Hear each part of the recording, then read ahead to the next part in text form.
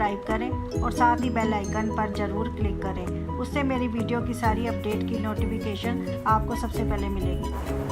Hello friends, आपका स्वागत है ट्विंस फूडीज़ में। आज हम बनाने जा रहे हैं चावल की खीर।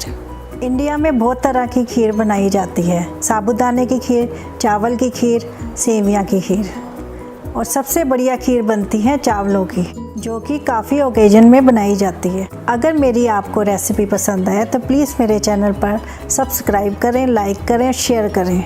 तो चलिए शुरू करते हैं चावल की खीर।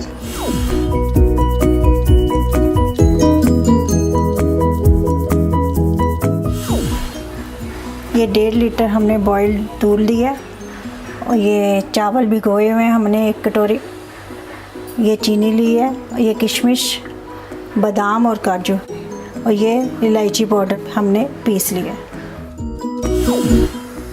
ये हमने गैस पे रख दिया हुआ दूध बॉईल करने के लिए। इसके अंदर हम भीगे हुए चावल डाल देंगे।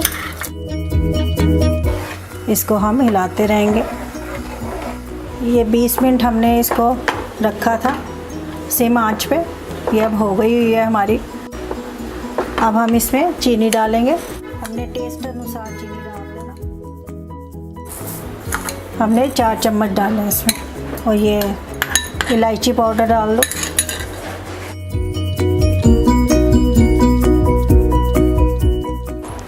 ये किशमिश डाल दो